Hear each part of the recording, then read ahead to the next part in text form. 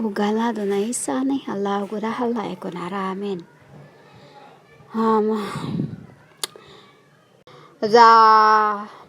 The story of Jonah or Noah. The story of Jonah or Noah is this: quiet in the middle of the tribulations. When you are listening to those who are prophecying, you are receiving the mark. The sign of Jonah is inside of the belly, which is realms, quiet for 3 days and a half, nights and half, in the belly of the hearts of the shark. Pating. In the belly of the shark. Why women? Because it was me and my papa. It was me and my papa.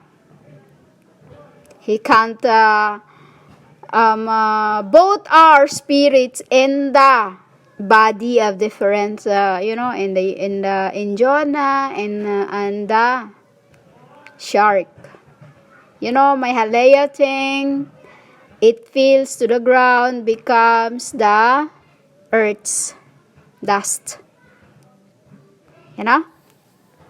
The sign of Jonah is quiet.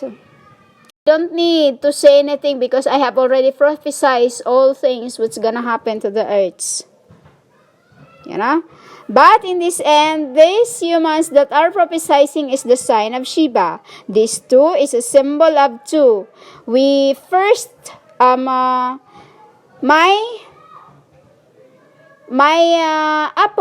disciples are the one who started driving out demons inside of the bellies, because that's where demons are. I told you this in my other records, inside of the bellies.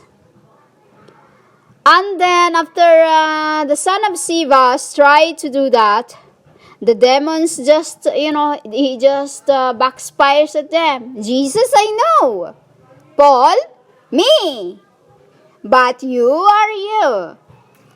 Women? Spirits, dust, and sharks, spears. Fishing rod. Women, all this, it's all about things my father already knew what's gonna happen to the earth. I become llama in the lamb Sebastian eyes. Women? And in this end, the mark of the beast is this who are prophesying. They call themselves prophets. They call themselves preachers, like that. They are this of this end, women, the daughters and the sons of Sceva. What I speak is my realms. Quiet, like being inside of the bellies of Noah's. It was Noah's spirit in the whale. In the whale, I become him because he was nakedness. Drinking until he got naked. When you see naked women, his souls become because of his unavoidable being, he have done something really, women. He had done something, he hated it. He raped his son. His son. You call you just say it's son. Son in the other way means a daughter. Women? A daughter. I become the whale inside of my father for him to become Noah. Name, to take the sins of the earth, to extract you from death. How we extract you is this, women. Your heart is mixed up with things. You are hopeless. You are wonder. You know? We extract the good and the evil within you. It's like extracting the diamond into the carbon dioxide from the ashes for it to become a pure diamonds. You know, women? It's like separating the hairs and the bones from carbon. You know, like this, women? How they make their deads turns into diamonds? That is the earths of today's inside of the belly of the rings. That is the souls of this end, women. Inside of the bellies of the rings. And you are happy when you are receiving, when it is all full of souls, Dillara. That is what they are, women. Who call themselves prophetess is the mark of the beast. You know, now they're fighting all together. So, that is what they are. Mark of the beast, women. You know what is this beast look like, women? Cellulites. Cellulites. And inside them, they are just a skin diseased. You know, that's them. This prophetess prophesizing. Behind their spirit, they are worse than the impure spirits of their wickedness, dark and there is no guarantee of their lives because once I turn them into water back to what they were before time, they are just a diseases of the earths. You know, women? And that women, they are they don't have no tomorrow to wake up to. You know why, women? Because they've been prophesying, which is she have been sending thy spirits and your souls into the Holy Spirit. You say will be what? I am that Holy Spirit, moksha. They sell your spirit with. They sell your holy. You know? And every time you listen to them, believe me not, it is your salvation you are working on too. Not my thing to force you or anyone to believe in what I speak, in what I've come to bear witness. I am the sign of Jonah, quiet inside of the belly of my pater. You know, women? Because pater means patting, P-A-T-I-N-G in the other lingo, and patting means pater. You know, women? Whale, you know? Love, gods. That is what happens in this end, women. You listen. Look at those here prophesizing, whom they say that the world is going to be like this, the moon is going to be like that, the earth is, I knew the moon is coming down to me. You know? I knew.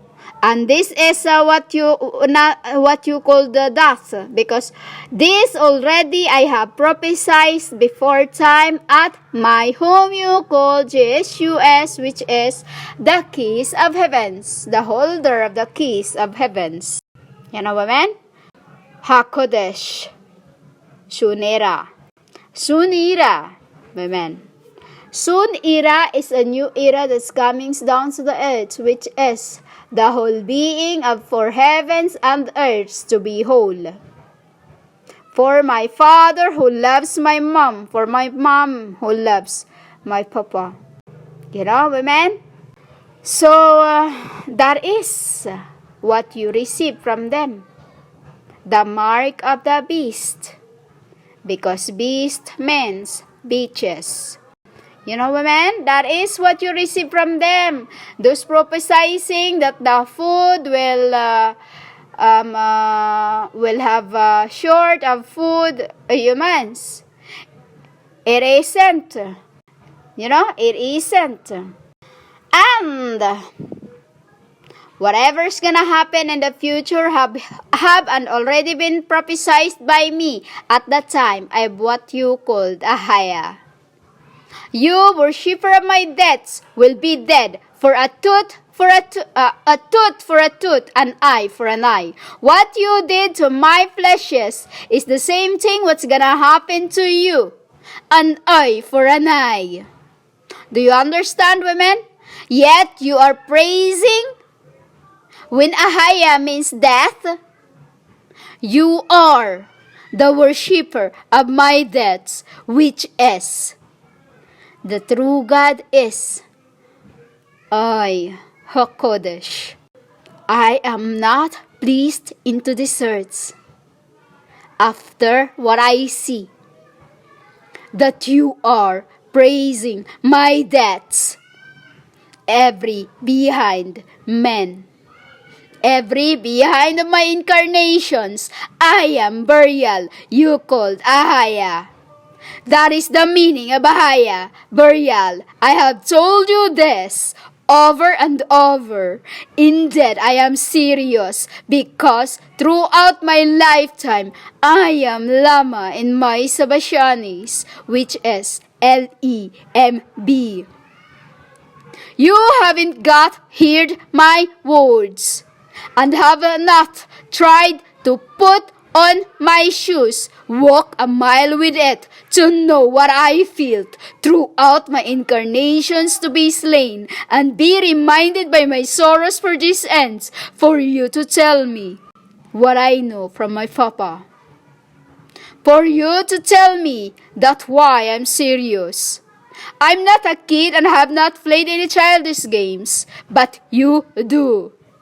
Throughout incarnations, I do what my Father commanded me.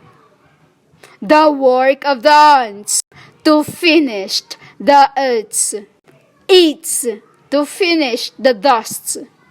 You are prophesying things of this end, which is the sign of Scevas, while mine is the sign of the time of my under the belly of the whale. Jonah, I am quiet, and only what I speak is what I've come to bear witness. The truth behind every man is I am Hakodesh. The truth in every male is I am holy, and the spirits. The blood of Michael, the bones of Isaias, the souls of Samaritans. Women, I am the apple of my men. Who was in the beginning, was the Adam's apple, into my apostles and disciples, into he. You understand, women? In your throat where I am, for I am the voice. When you start eating your throat while you speak, is because I am trying to get in for you to receive the mark of godly spirits is what you speak. Kingdom-based ministries, not of the earth's dust, like this prophetess prophesizing things, the sign of Scevas, while my son again means Jonah, quiet inside of the realms you call belly as well. For I am the daughter of Huda, the son of Noes. For my father is a saint, you have made him the spouse of the woman Jezebel at Baal, when she wasn't but a transgender who loves to be shocked by the world. You become what you are, evil.